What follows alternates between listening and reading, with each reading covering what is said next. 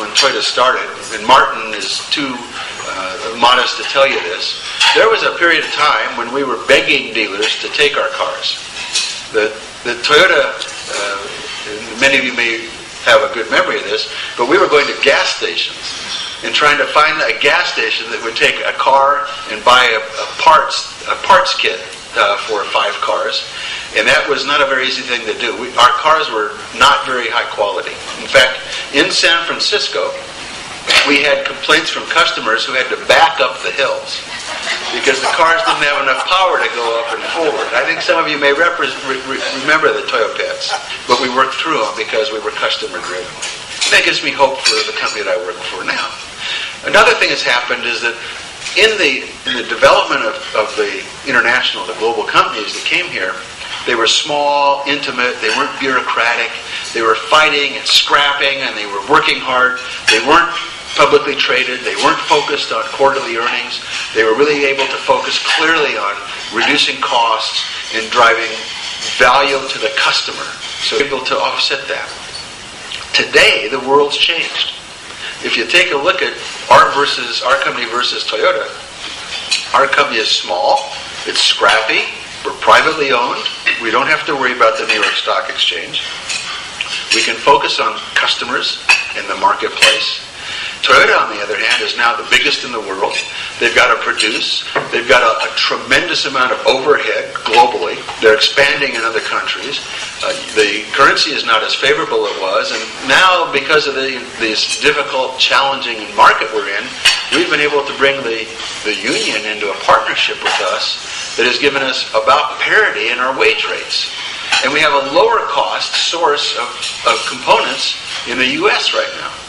And so there's a change in what was a tailwind for the international companies and a headwind for the domestic companies is actually that wind is starting to turn around a little bit and be much more favorable for our own industry.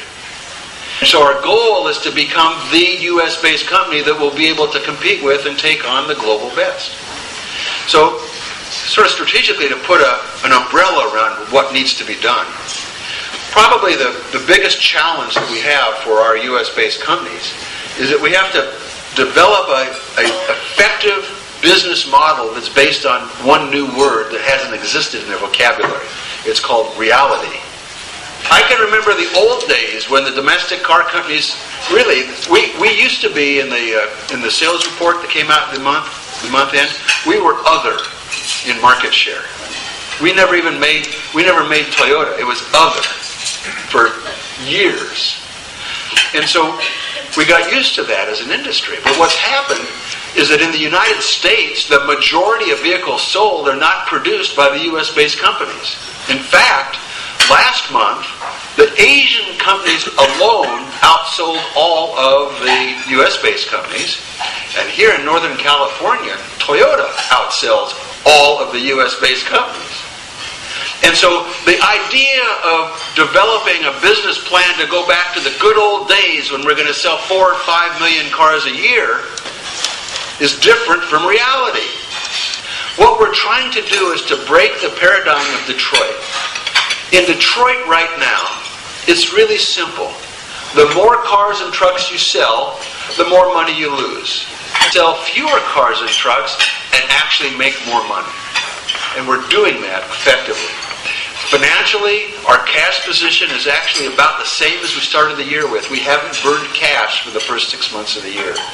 Our financial position is much stronger than either of the other Detroit-based companies.